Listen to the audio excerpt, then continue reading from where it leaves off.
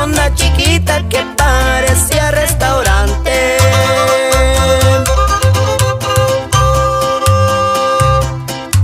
Me fui a comer unos tacos porque ya me andaba de hambre. Ya ven que la hambre es canija, pero más el que la aguante.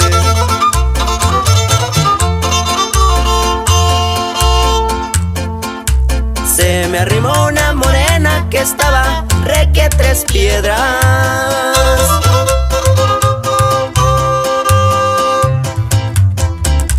Me dijo que se le ofrece, puede pedir lo que quiera. Señor, estoy pa' servirle, aquí yo soy la mesera.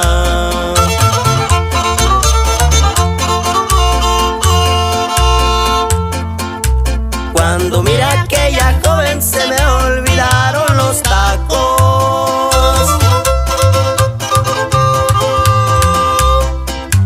Le dije traiga cerveza y de pollo, sirva 2 platos y usted se sienta conmigo pa' divertirnos un rato.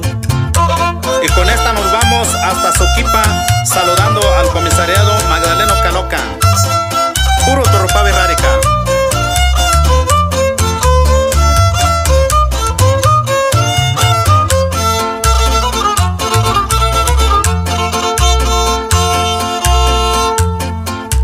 Le pregunté, ¿eres casada? Me dijo, no vivo sola.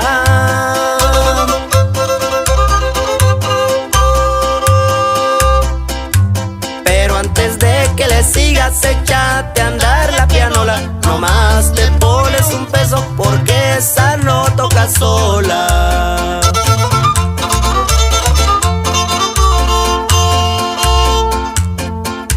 No sé ni cuántas tomamos yo y mi amiga la mesera.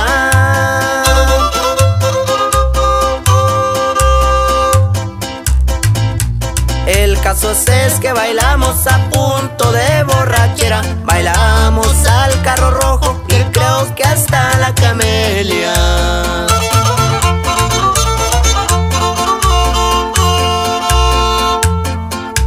Cuando ya se hizo de noche le dije, ¿a qué hora nos vamos?